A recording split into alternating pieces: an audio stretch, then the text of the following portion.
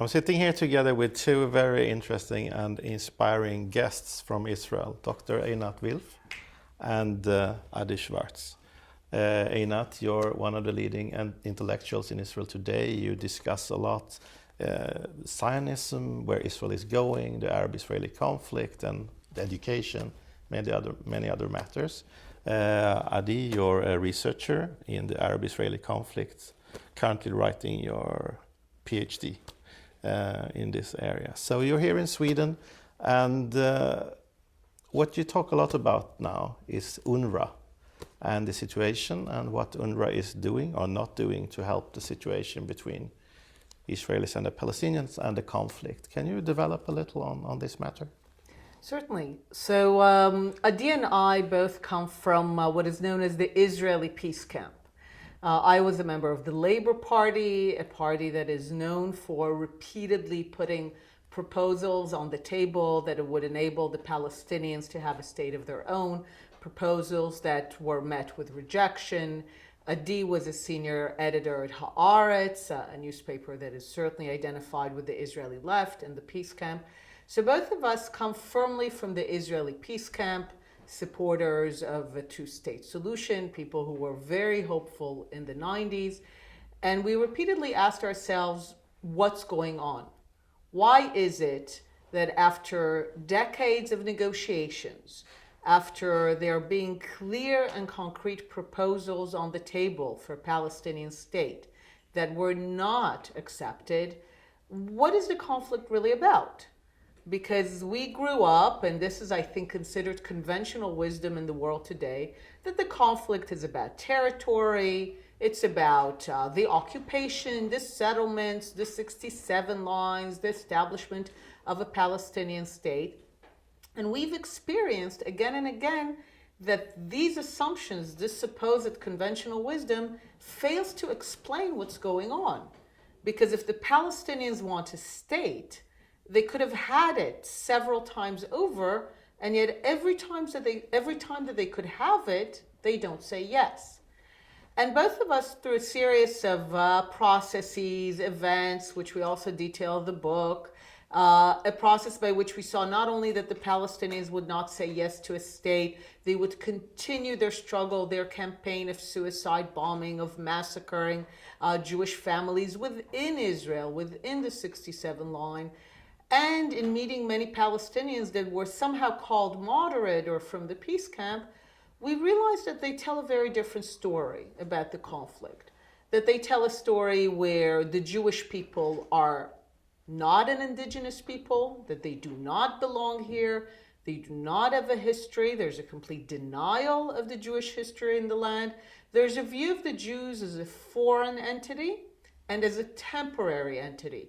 One that with enough struggle and violent armed resistance will ultimately leave. And okay, so Adi, let me ask you, what's the role of UNRWA in this story, the thing that Einat is telling us about the background here? What's the role of UNRWA? So from the outside, UNRWA might seem as an organization which gives social services such as healthcare and education. Mainly this is what UNRWA is doing. But we have discovered during the research for this book that UNRWA is actually doing much more, and it's not its essence. UNRWA seems to be a humanitarian agency, but it's in fact a political agency. A political agency which is aligned with the political agenda of the Palestinians to make Israel, the Israeli state, into another Arab country. Now, how do they do it? They have created in these last 70 years a complete construction, for example, by the definition of a Palestinian refugee, which is completely different than any other refugee on earth. Now, why is it? Is it a coincidence? Is it something that just so happened? No. The definition of a Palestinian refugee meant to be a definition which make the Palestinians forever refugees. So, for example, there is no cessation clause. If you look at other refugees around the world, they have a cessation clause that says, for example, if you acquire a new citizenship, you stop being a refugee. That's what a refugee means, someone who doesn't have a citizenship. In the case of the Palestinians, and this is again a decision taken by UNRWA, there are 2.2 million refugees in Jordan who have a citizenship. Now again, is this a coincidence? What's the reason for that? Why is this different? Again, because UNRWA maintains this dream and perpetuates this dream of this land is still yours. You're going to go back there. Now, if you take off names off the list, then the problem becomes smaller. But if you inflate the number of refugees, the problem becomes bigger. So this is one of the cases, one of the instances, the examples of how UNRWA creates a problem which it perpetuates and not trying to solve. And this is UNRWA's own decisions. Yeah, this is another interesting phenomenon that we have discovered. UNRWA again created some kind of a world of itself. There is an influence which can be taken by the donor countries, and this is one of the reasons that we have come to Sweden, because Sweden is one of the largest, perhaps one of the 3 largest donors of UNRWA. And the United Nations does not give a budget to UNRWA, so UNRWA is dependent totally on donor countries, on donor money. And as you know, the United States has withdrawn its money, so now the European money, either through the EU or through Sweden itself, Stockholm, the government here, is even more responsible than ever that its money will be aligned with its policies. And this is what we are asking for. Donor countries such as Sweden can decide, for example, that they want to continue aiding the Palestinians, but without the political price, without the political tag of perpetuating a refugee status forever. So this is what we would like Sweden to do, if it wants, to continue aiding the Palestinians, but not through an agency which sustains a political ID, which actually means that there should be no state of Israel. No less than that. It sounds perhaps surprising or astonishing. People, I think, see the UN as a benign organization and UNRWA as a humanitarian organization that is only doing good, and what can we do without it? But we believe that in fact UNRWA in the last 70 years was one of the major organs, or one of the major factors that helped perpetuating this conflict, and we would be much better if we didn't have UNRWA. So to me it's surprising that UNRWA as a UN organ or organization they don't get any funding from the UN, only through donor countries. So you met leaders in different countries in Europe. Just the other day you met a high representative of Sweden, actually, the counselor of the Swedish embassy in Israel, Staffan, I don't remember his last name. What are the reactions you get from him and from other people that you meet when you talk about these issues? So we need to understand that by now there have been many decades of cover-up. In the beginning, things were very clear. The Arabs made it clear that they have no intention to accept the outcome of the War of Independence. They had just waged war against partition, against Israel coming into being. They hoped to strangle Israel at birth. They lost. In the process of war, people fled, refugees were created, but the Arabs made it very clear that unlike tens of millions of refugees around the world, they have no intention of accepting the outcome of the war, and they are not going to move on with their lives and build a new future. They're going to keep and have more and more rounds until this foreign temporary entity is finally out. So in the beginning, things were very clear. The Arabs were very clear about their annihilationist intentions towards Israel. And the Western world, to the extent that it caved into it, knew what the Arabs wanted, but it had its own interests and sometimes went along with it. What we show in the book is that somewhere in the 1950s, the Western world basically understands that the Arabs are determined to continue to fight Israel, and they are determined to maintain themselves, therefore, as refugees until they defeat Israel. And they are determined that the West pay for UNRWA, the organization created to give these refugees the status of refugees, and that they're going to keep UNRWA going, and they expect the West to pay for it. And the West basically surrendered and decided to pay a bribe to UNRWA every year. Over the years, countries like Sweden joined in, and basically they don't remember the beginning. So they're not realizing that what they're doing is paying a bribe, a protection, to an entity that was designed to continue the war. They already live in a world where they think, as Adi said, that UNRWA is a social services organization that only does good. We come, especially as researchers and historians and analysts of the conflict, and we tear this mask. We take away this 70-year mountain of lies and we sweep it aside and say, look at what happened in the beginning. And people in many ways refuse to see. When you're coming to Sweden and telling them, look, your own foreign policy says you want peace. You want peace by means of two states, an Arab state and a Jewish state, like the UN envisioned, the state of Israel and the state of Palestine. That was the rationale behind the Swedish recognition of Palestine in 2014. You, Sweden, you say you want peace. You say that with one hand, but on the other hand, you're giving tens of millions of dollars every year, hundreds of millions over the decades, to an organization that makes sure that peace will never happen. You're basically telling the official government of Sweden, you're not as nice as you think. You're not as good as you think. You think you're doing good, you're actually doing bad. You're perpetuating the war. You're not even being neutral. We're sometimes even using a term that says you are effectively selling arms to our enemies. That's what you're doing because you're fueling the Palestinian belief that Israel is temporary, that they do not need to move on with their lives.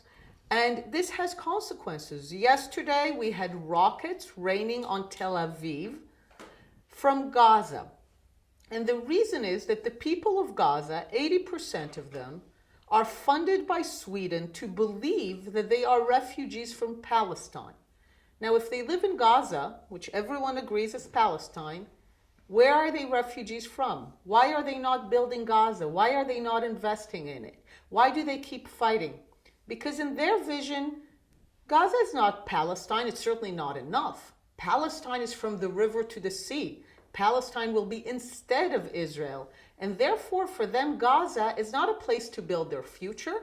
It's a place to use in order to make war over Israel until the day that in their mind, they take back, return to Israel, and make it an Arab state. I want to show the book we're talking about. Not yet translated into Swedish, but into several other languages. English, I believe it's currently translated into Norwegian. Yeah. And other languages as well. I hope in the continuing it with more languages, of course. So Arabic, perhaps even. Yeah, wonderful. Yeah. So what's the trend if we're talking about issue with UNRWA? In what direction are we going if you're looking at different countries around Europe and the world? When they look at UNRWA, is it changing in the direction we're discussing here? Or are they still stuck in the history of UNRWA and this is the right thing and that's it? So I think that as Einat just said, our message is quite shocking and is quite surprising. So we cannot expect an immediate embrace and change.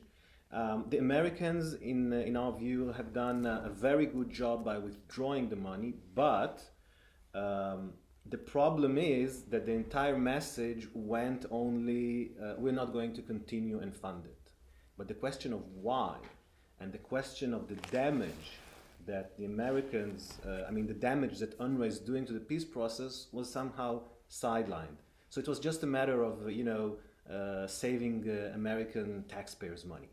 This is perhaps a very internal American agenda, but in our view, it could have been used, this moment of understanding, because if you have looked at Nikki Haley and her declarations regarding UNRWA, she definitely said this is not a sustainable, formula. There aren't that many refugees already. Move on. We have to solve this. If we are really in a constructive mood and not in a destructive mood, and we want peace in this region, we have to take this organization off the table. So unfortunately, the direction went too much into the money, and our hope is to bring back the core of the issue, understanding that as long as this issue of refugees continues in the minds of the Palestinians, we're sitting now and there are 5.5 million registered refugees. Actually, we don't know the real number. But if we sit here next year, there will be 6 million and 7 million and 8. So when would be the right moment for Europe and for Sweden to come directly to the Palestinians and tell them, these people are staying in Gaza? These people are staying. Now, this is something that is a no-brainer. Everybody understands it, right? Except for the Palestinians. Our problem is that the Palestinians don't understand it, and this is the reason why they march to the fence. And I'll just give you a historical example. During World War I in 1917, there was a huge battle in Gaza. The British came from Egypt, General Allenby, and the Turks tried to stop them, and a huge battle happened in Gaza. Gaza was actually destroyed in 1917. People fled. That was a real war. That was real World War I. But after the war, the people who fled from Gaza to Hebron and to other places went back. They had an interest in building their own houses. And Gaza, slowly, in very difficult ways, in the 20s, in the 30s, in the 40s, was built again. So people who saw Gaza as their home went there and created alone their houses. There was no UNRWA. There was no, a Jewish agency did not help them. Nobody helped them. They did it alone. So how come and they managed to rebuild Gaza. Gaza by the 40s, in 1947, Gaza was a functioning city. So the Palestinians themselves, without any help, managed to do in 30 years more than they managed to do in 70 years with billions of dollars and with an aid organization who's specifically taking care only for them. So the message here is that when they see it as their house, when they see it as their own interest, they can do it even themselves. When they cannot do it, it means that they don't want to do it. Seems to me that the biggest losers here, or the biggest loser, is the Palestinian people itself. Is that correct? Or? To look at the Palestinian as losers or people who lose from this is to not understand that they are the ones who are driving it. So it's not a loss for them. For them, they say this is a cause, they think of it as justice. For them, the injustice is the creation of the state of Israel. It's not the occupation, it's not the settlements, it's the very creation of the state of Israel. And justice, as they conceive of it, can only happen when Israel is erased. Now, for that cause, which they believe is just and honorable and noble, they are willing to fight, they are willing to suffer, and they are willing to sacrifice.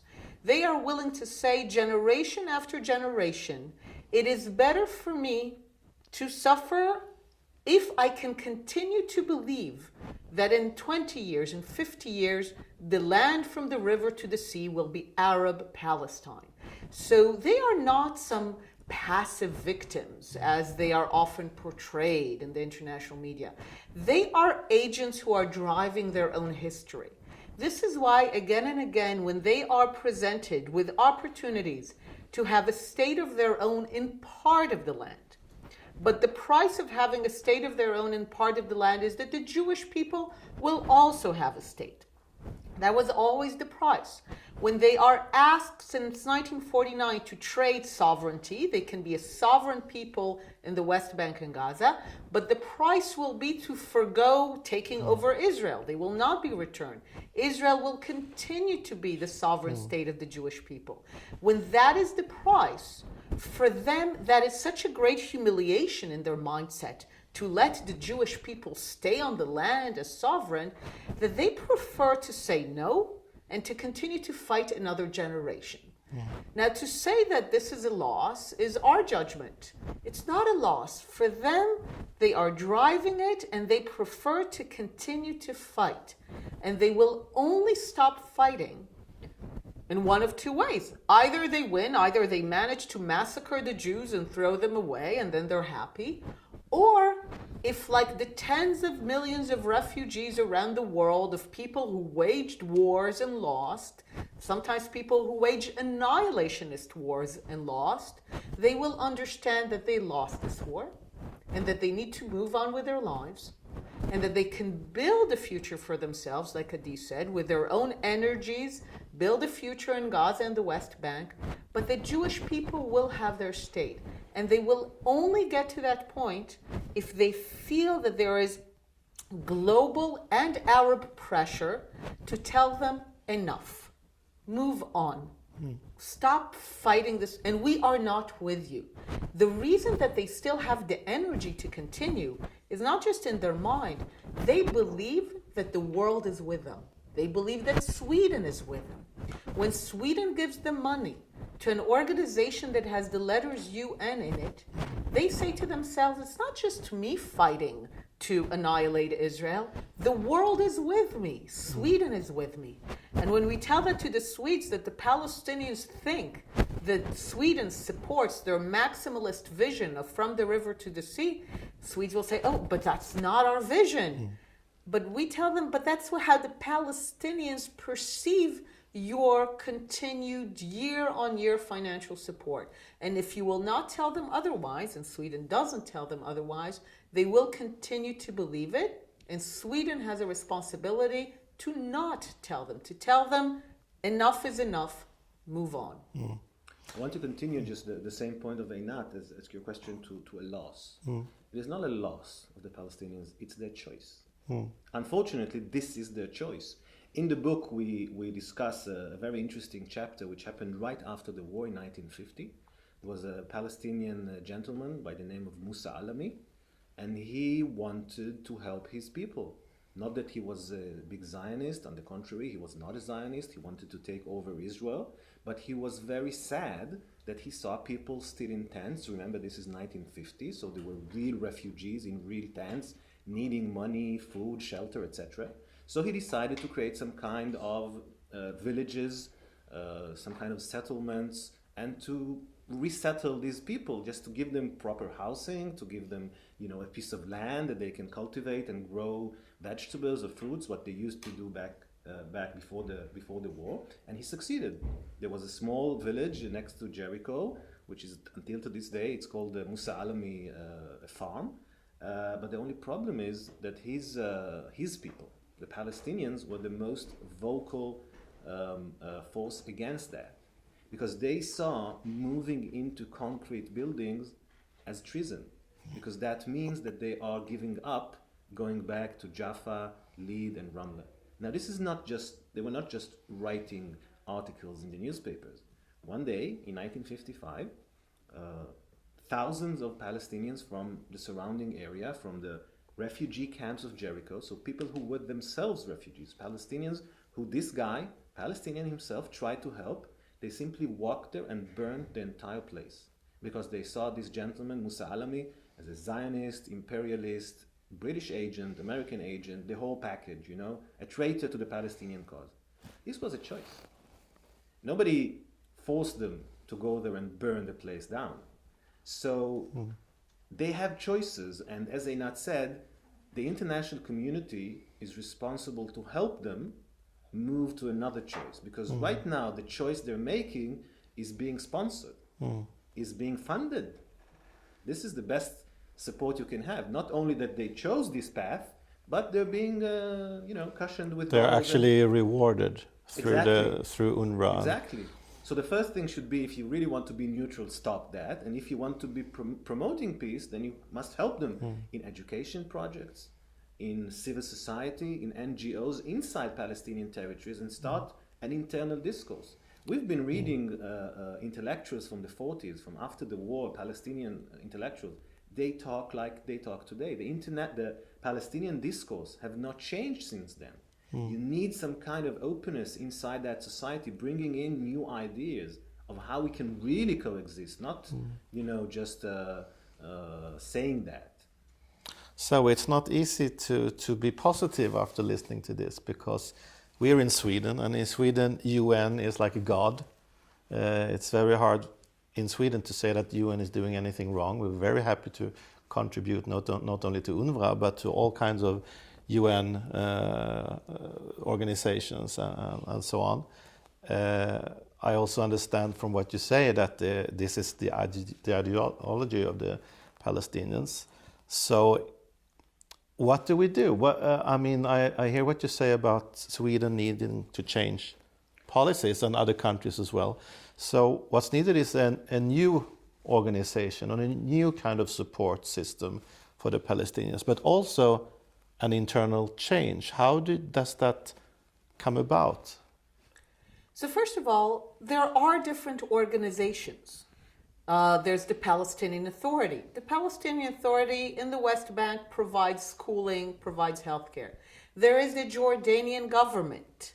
There are various other agencies. There are other ways. If someone wants to give money to Palestinians, there are many other ways to give money in a way that does not perpetuate this lie that they are somehow still refugees. And to understand the absurdity, I mean, even someone who is born in Gaza, who is born in Ramallah, they are out of the camps for years now. Most of them don't live in camps. The camps have become neighborhoods. So a middle-class, 30-year-old lawyer in Ramallah is still considered a refugee. And he considers himself a refugee. Now, if he lives in Ramallah, where is he a refugee from? Well, he knows it. It's Palestine from the river to the sea. The problem is that Sweden supports it. So that there are other means of giving the money.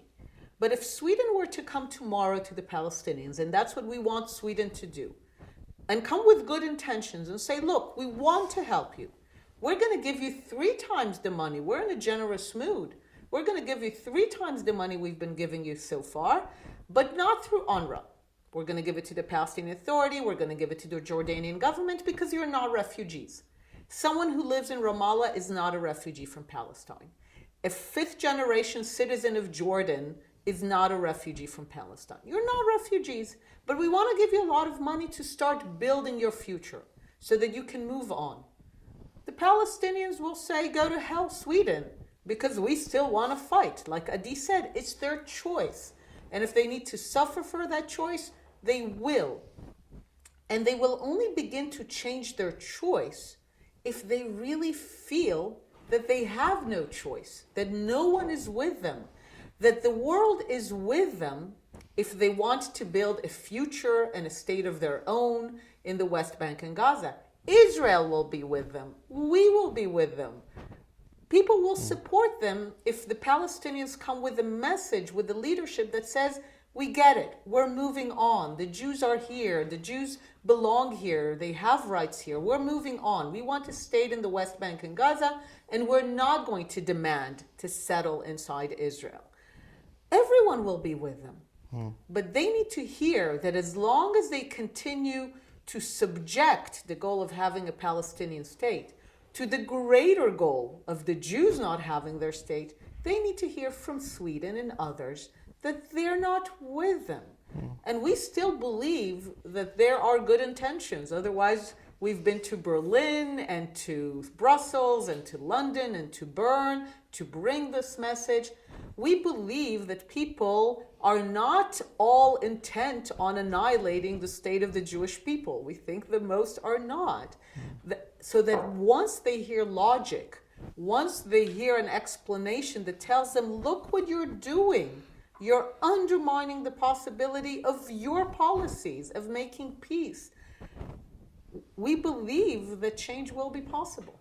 Wonderful. I want to say something also which is optimistic. Yes. It might seem pessimistic, but it's not that everything is going so well right now between Israel and the Palestinians. So we're not the bad guys. We're just perhaps trying to correct it. And if you want, you can think of it as a patient lying on a bed in hospital, and the international community is trying to fix its arm because it believes that the arm is broken. But the patient is, losing his life. It deteriorates. So we are saying, listen, the problem is not with his arm. He has a heart attack. So the first minute might be, bewildering. We should find some other, method. But if you start, treating the heart attack, you might cure the patient. So right now, we should understand that we're not working on the right direction. Okay. If we change direction, understand the real causes of the conflict, understand what not should be done, not helping the Palestinian fantasies of the entire land, then we might still see improvement in the situation of the patient. Right now, the patient is dying. Wow. Well, let's hope for positive news and let's be optimistic that there will be a change.